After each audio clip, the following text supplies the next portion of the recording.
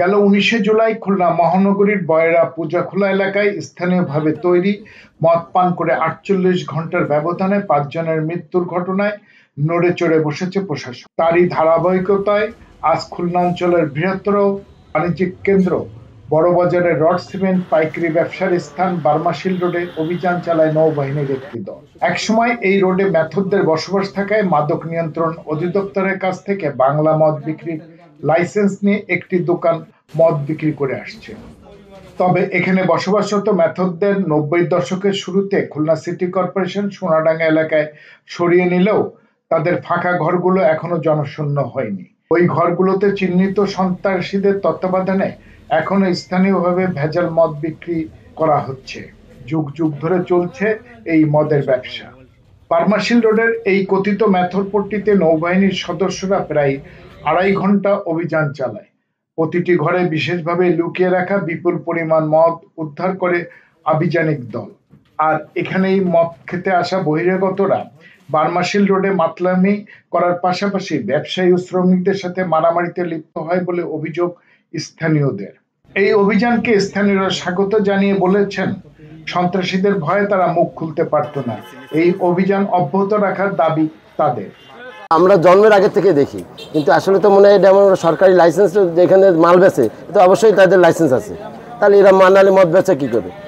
আর মদ যারা এটা আসলে হলো মেথডদের জন্য, কিন্তু অনেক সময় এর থেকে পাবলিকরা খায়, কিন্তু আসলে তো এটা ঠিক না। মানে সরকার যে লাইসেন্স দিচ্ছে তারপরে এরকম ঘটনা হয় বা এই জন্য বলছে।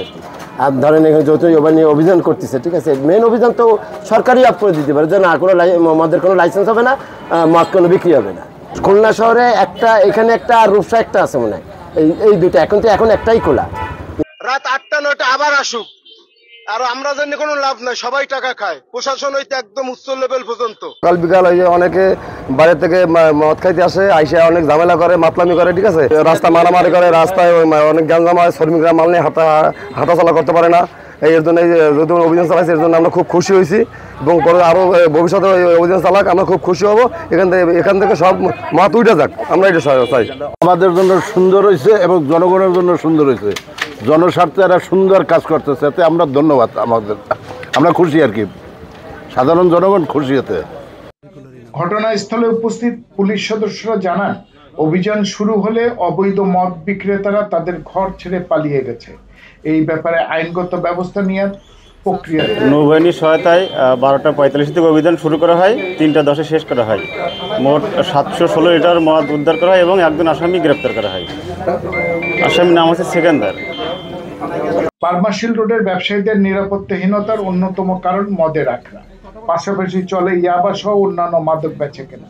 স্থানীয়দের দাবি, প্রকাশ্যে চলা মাদকের বেচাকেনা বন্ধ করা গেলে খুলনায় অপরাধ নিয়ন্ত্রণ করা সম্ভব হবে।